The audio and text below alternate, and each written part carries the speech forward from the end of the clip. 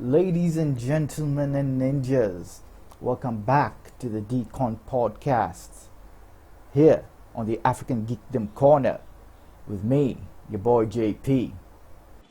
Good morning, my neighbors! Hey, fuck you!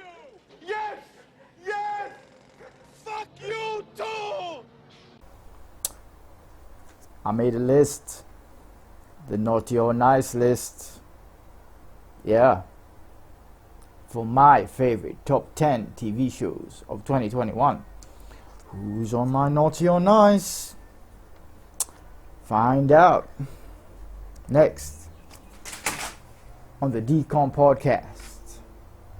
Let's find out if any of these things I've watched are worth a piss.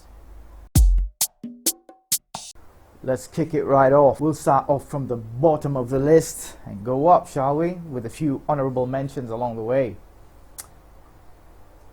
Number 10 on my list is a show that, first off, something I noticed while making this list. Most of the shows on it are from either Netflix, Amazon, or Apple.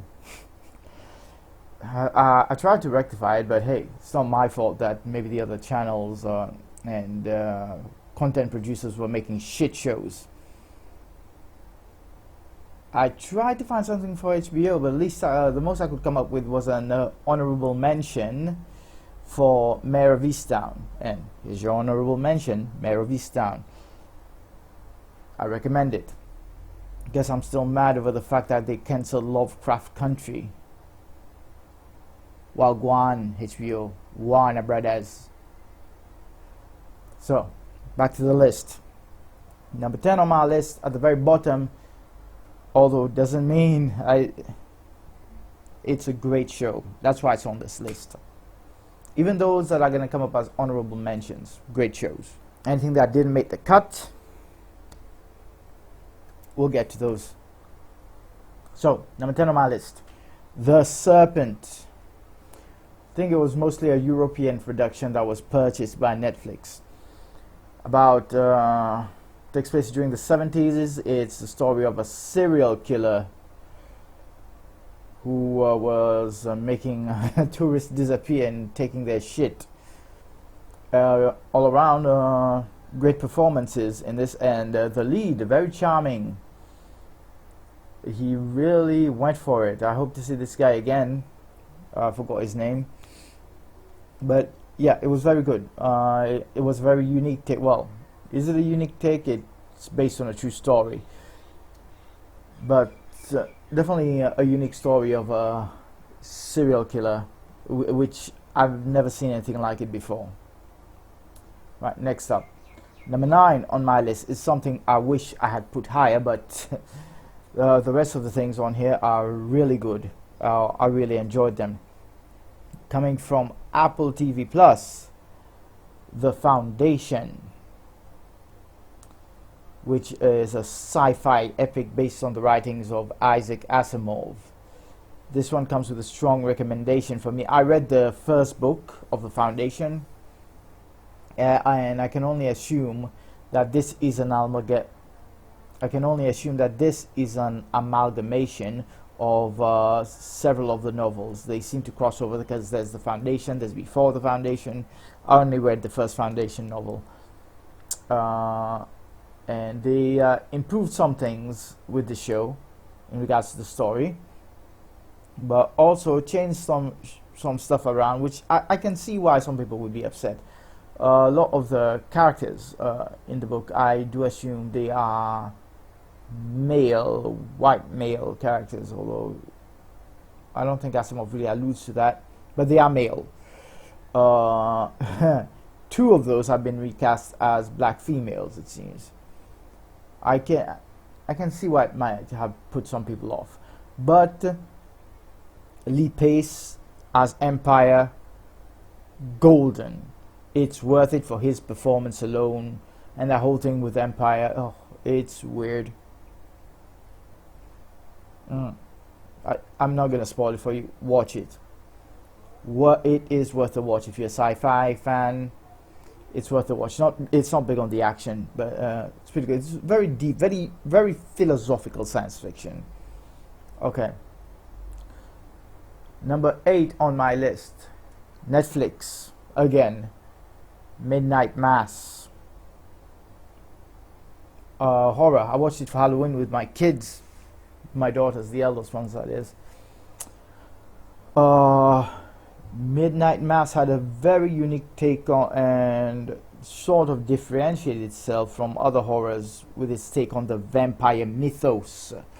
And there was a lot of very deep conversations in this show about religion or lack thereof. I didn't find it to be at all heavy-handed. I think it was very even-handed. So there was a lot of conversations of faith and how dangerous blind faith can be. It was well explored.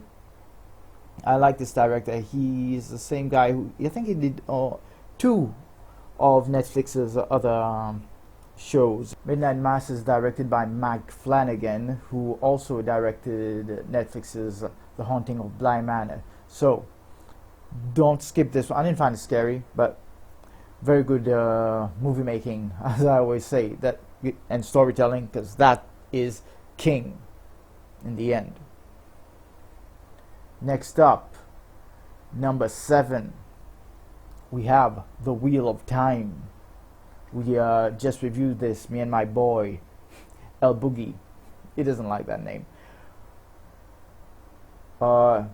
It's at number 7, not because I didn't enjoy it. I think it was good, interesting ideas, but it's still taking shape. It has not yet come into its own. So that's why I put it at number 7. I love Rosamund Pike. The characters, I'm still a bit lukewarm on them.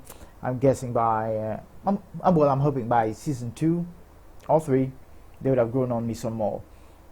But as an epic high fantasy drama, totally worth your time if you're into that. At number 6, our first animated show for this list, not our last. It's Invincible at number 6.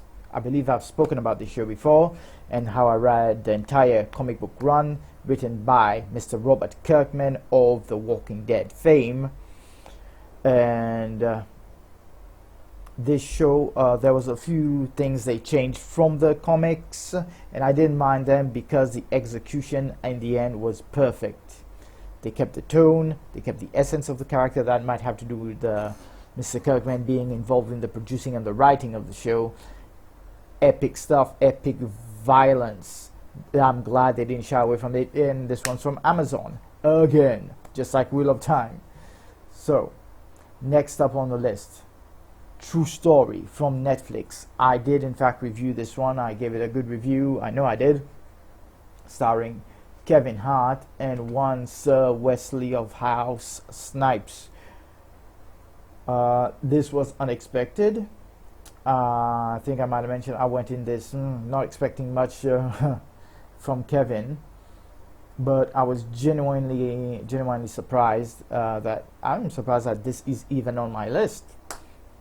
But as a drama / thriller / great acting vehicle for Kevin and Wesley, yeah, it definitely made the cut.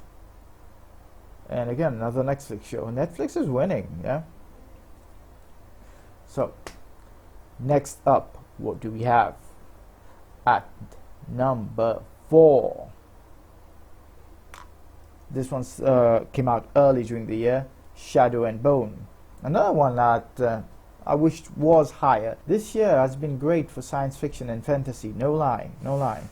I struggled making this list. So Shadow and Bone, also based on a book, also again from Netflix, was one hell of a surprise at the beginning of the year. I didn't expect the year to start off strong as it did.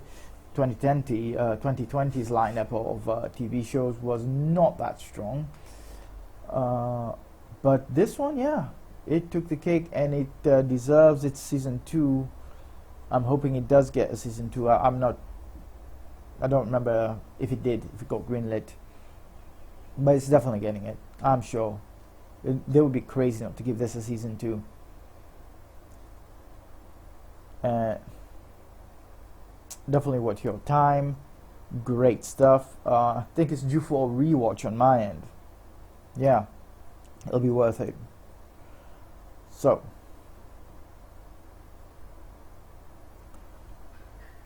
at number 3, our second animated show from Netflix this time, Arcane. This is not a surprise, Ross. I mean, yeah, I did give it a glowing review. It's a testimony. It's a testimony to the team, to the production and writing team behind this show, that I put it so high on the list.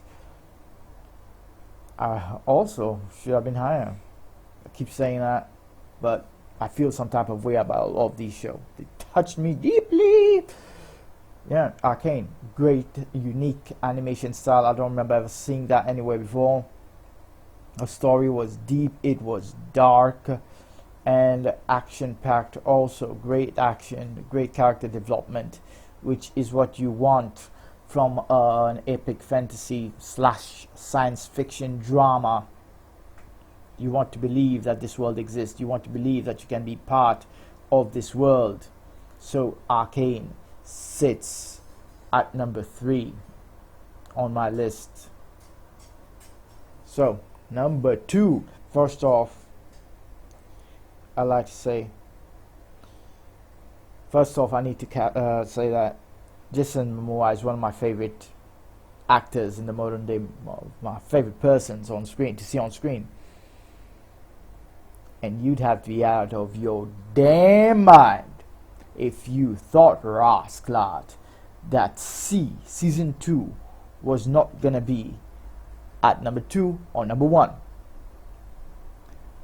My boy Jason mashed it up on screen. Yeah, C is produced, written and produced by Stephen Knight, one of my favorite writers and producers, who gave us Peaky Blinders, and I love Peaky Blinders. I didn't think I'd love him doing science fiction. After all, season 1 of C was a bit lackluster. I watched it because of Jason and Stephen Knight, but obviously they were still finding their footing. I think somebody went in there, gave them a memo and made it, and told them to make it more Game of Thronesy, which hell they did. Add Dave Bautista to that, kicking ass and causing violence, and you have the perfect combination for this post-apocalyptic, futuristic samurai epic. More fire. Now, going on to my number 1 for the year of 2021. First off, though, I need to throw out some honorable mentions, and these should have made the list, but one reason or another I didn't put them on the list, because it's a top 10 list. I would have minded making a top 15, yeah, but first off, honorable mention goes out to Squid Game, which was apparently Netflix's number 1 show for 2021. I think some of you are just catching on to Korean cinema. My preferred show on Netflix is Kingdom. Yeah, samurais versus zombies. Come on, what's not to like? Second honorable mention is a show that I hear very little about, Motherland, Fort Salem. This is not Netflix or Amazon. I think it's on Freeform or something. ABC. An army of witches in the modern age. Witches forming a military corps. Third honorable mention, Lost in Space Season 3. I've been on this. I think it was a little bit slow, but it felt a lot like Star Trek.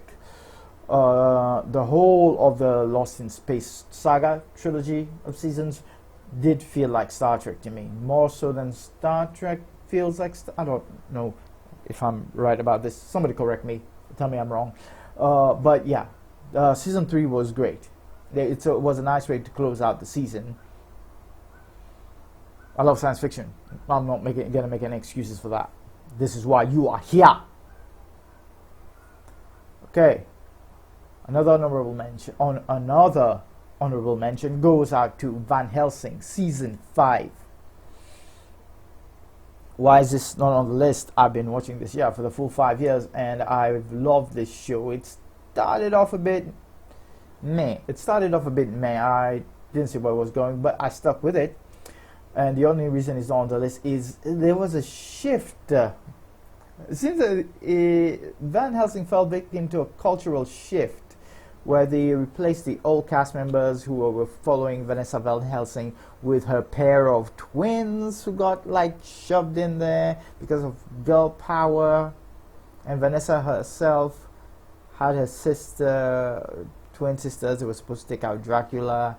And then she has twin girls, and it's never explained why this power of the Van Helsing keeps passing to girls because of girl power, I guess. And Dracula's a woman. I actually like the actress who was playing Dracula, but it was the lady from Battlestar Galactica who played a female Cylon. She was great, even as Dracula. But it felt all of it. It felt a little abrasive, dishonest, and they were forcing something on this show. It felt like it had to meet an agenda. Like executives were passing notes. Well, it came from the Sci-Fi Channel, and I'm kind of peeved the Sci-Fi Channel doesn't have anything on my list, because I think Sci-Fi kind of fell off after they cancelled Happy and Dirk Gently. Next on my list for honorable mention is Castlevania Season 4, another animated show from Netflix. They are winning with this animation stuff. Y'all need to catch up to adult animation if you're not paying attention. This stuff is great. And I'll throw my last honorable mention to Disney Plus with Loki. Yeah, it was weird. People say it's the weirdest show out of the Marvel Disney Plus shows. But no, you guys did not watch Dirk Gently on Netflix. That was weird. This is tamed. But yeah, kudos to Loki.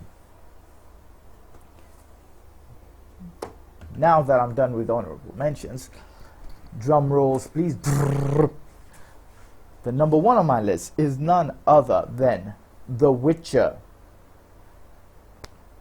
Superman himself, right before Aquaman. Yeah. There's not much I can say about why it's number one. I reviewed it. I loved every minute of this show. And yeah, it's my number one pick. There's not more I can say about The Witcher, except for watch season 2 if you were disappointed in season 1, and I must admit I was a little flaky on it. Season 2 got a lot better, more action, more monsters. It's about monster slaying. I expect fucking monsters. Yeah, so that is the end of my list. That was a good list.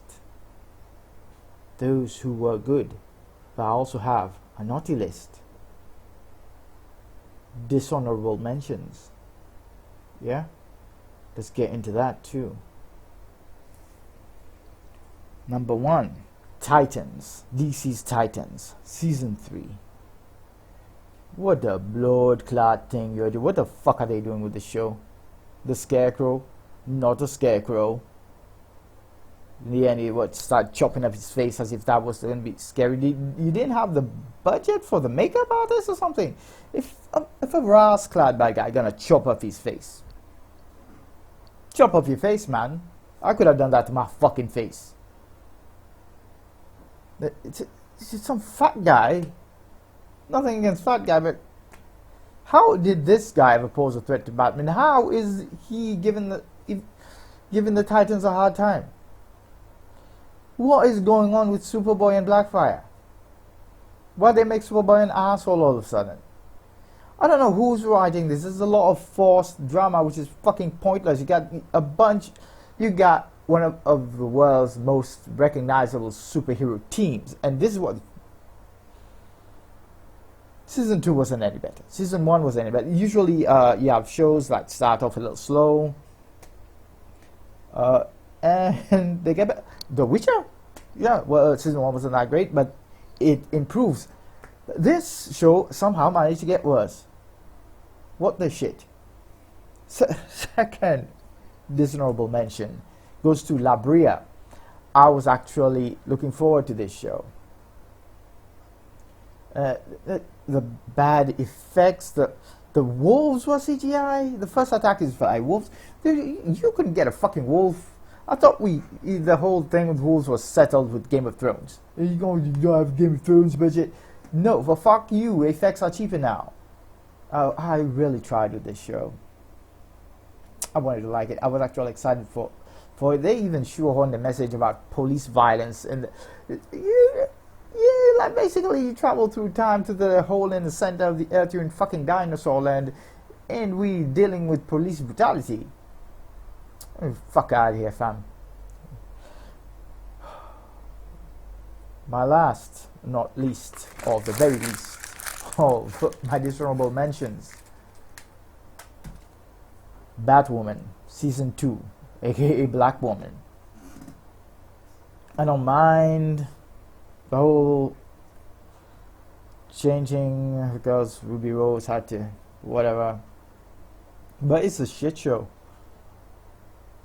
It's also, people defend this show, and people defend a lot of shows. They especially defend the CW shows, but it's not my fault. I'm a DC fan, and I'm ragging on DC and WB, but it's all love. I'm a DC fan, okay? DC over Marvel any day. But I think the people writing these shows don't give two shits about these characters. They don't care. Okay? They don't. I don't even... See, now that's some bullshit. You're right, Sam. You're right. Anyway, that was my list. Sorry for ranting. And I hope you take some of my recommendations to heart and enjoy yourselves, yeah? So, this has been me, your boy JP. So, live long and prosper. May the force be with you. And may the odds be ever in your favor. Wakanda forever, my ninjas. JP, out.